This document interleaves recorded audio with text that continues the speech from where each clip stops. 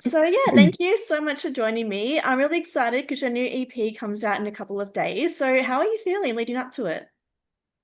I feel really good. It's been a journey this year. I'm like really happy to get it out. Um, I'm like 7 months pregnant at the moment as well, so I'm like just trying to do I'm because I'm doing my own PR and all this stuff, like I'm trying to do the best I can with my mental and physical state at the moment. So that's also been a bit of a struggle, but then the other half of me is like really pumped and excited about it. Yeah, and obviously it can be challenging like balancing that with the pregnancy as well. So why is now the best time to release this EP? It's more like for me, and maybe some like artists might relate, but I just feel like I just need to get this out before my pregnancy because I want to move on from this kind of chapter in these songs. Um the intro and outro of the EP especially, I've kind of gone into a new territory where it's a bit more experimental and electronic. And so that's the direction I want to head um in the future. So I just wanted, yeah, I feel like this will be a release to just let go and then I can like kind of start afresh. Yeah, absolutely. I was Mm. gonna ask you if you had any big celebrations planned for the release, but I guess that's a bit limited at the moment. Yeah, it is. Although I am chatting to Mess, which is Melbourne electronic synthesizer. Oh my God, I can't remember the full name, but they're basically like a synth museum of synths throughout like time. And I did a course there last year. So I might we're in the talks of doing like a more like a me like showing my production and my production techniques kind of aimed at like female producers and engineers and um queer and non-binary people to come and like yeah just learn about what I've done and how I did it and all that kind of stuff. So yeah, Yeah, sounds that's amazing. something. Yeah, it's cool. I just wanted to do something a bit different. Yeah, why not?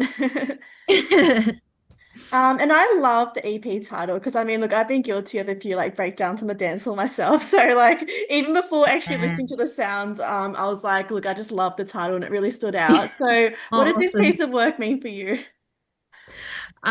Yeah, I mean, like I've had a lot of breakdowns and I feel especially um I feel like when for me, if I'm having a really shit time in my life or like I don't know, things are going wrong or like I'm really just like mentally, excuse the language, fucked.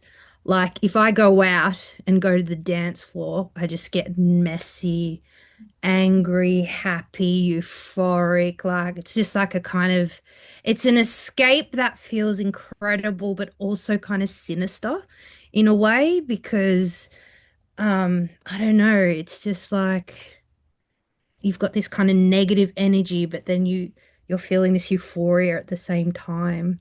And I kind of wanted to connect those two things with the EP. Yeah, and you described it as being like channeling the roller coaster, this EP, like Mm. channeling into sound. So what were the hardest emotions to translate into production and which came out most naturally, do you reckon? Oh, always the bad stuff comes out most naturally. Um, I like I have major depression and I have some psychotic symptoms. So psychosis is something like it's not with me all the time, but if I get quite sick, it can be quite bad. So I think particularly I was focused on kind of um like getting having that feeling, those thoughts of ideas and like this kind of crazy thing, like these things that you think are there but they're not. And like this fear and scariness and wildness and I wanted to kind of translate that with sounds like electronic sounds and synths that kind of like sound like they're melting or they're warping or particularly the last track. Breakdowns and Dance Halls, which is the title of the EP, obviously. Um, like there's a lot of shit going on towards the end, and it's just like it's chaos. And I kind of wanted to make the listener uncomfortable, like, um, and feel a bit anxious and a bit like, what the fuck? Because that's kind of like what I feel when I go through that kind of thing. Yeah, absolutely. And I love the different sounds that you use to get those messages and experience across. Thank So you. what production designs or techniques are you most proud of to show off in this EP? Oh, probably I would say my arrangements.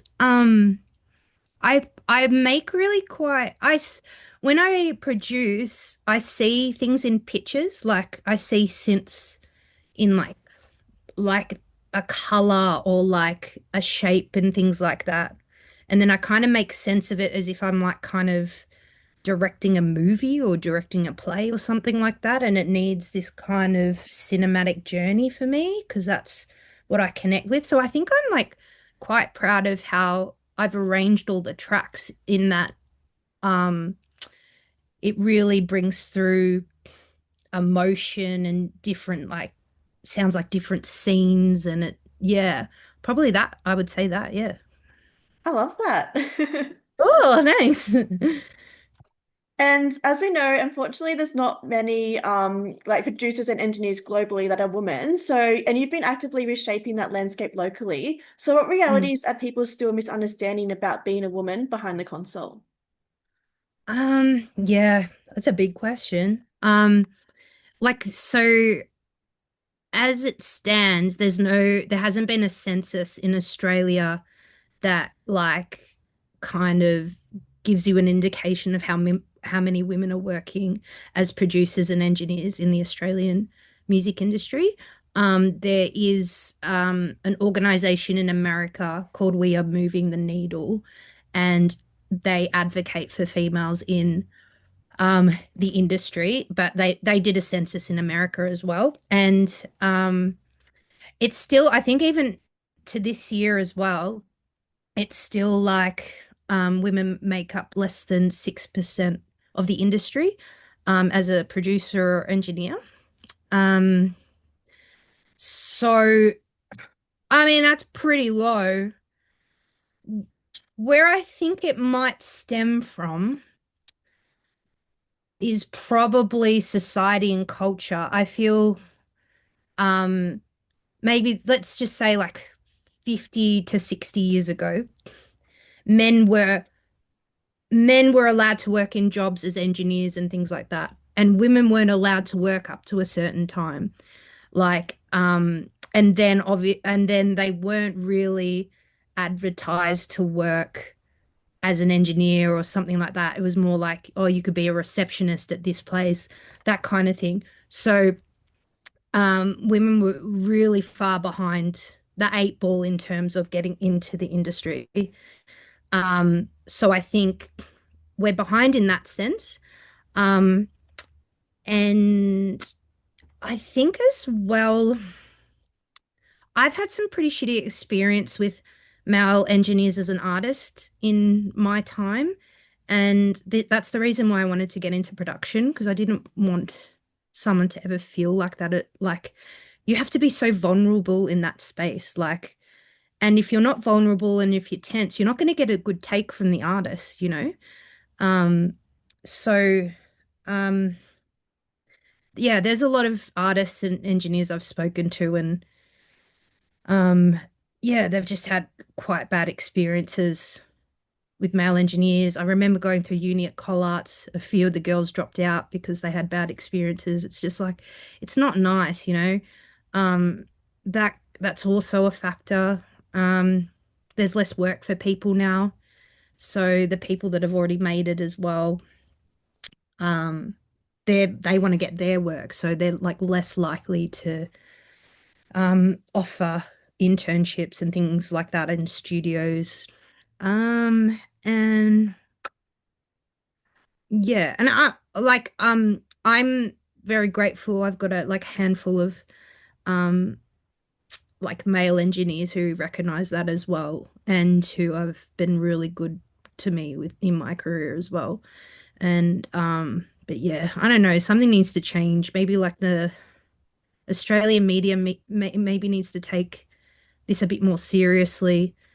Um maybe like shine more light on engineers, the ARIAs as well. There's only two categories. There's like producer, best engineer.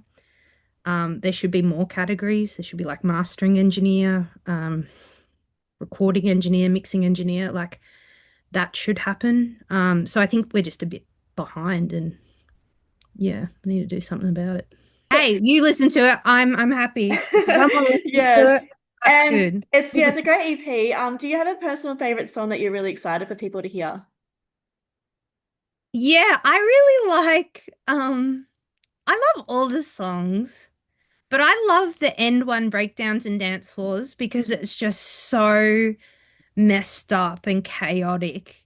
And I was really kind of like challenging, channeling some Daft Punk energy, like in that as well. But then I wanted to like just mess it up. I really like the snare in that one as well. I could listen to that snare like on repeat all day. Yeah, So it works so well. And as you said, it is a bit chaotic and it is a last track. So what do you hope people take away after listening to the EP?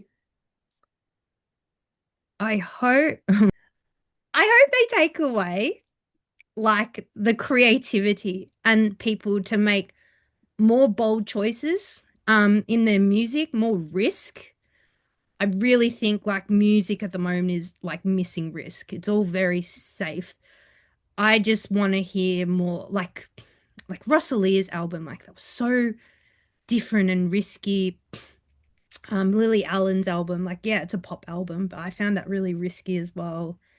Um, yeah, just more grit. And take that in your own life if you're listening to that as well. Like take risks and take like whether it be with like in art or sound or anything just in life, like give it a go. Everyone's too scared at the moment.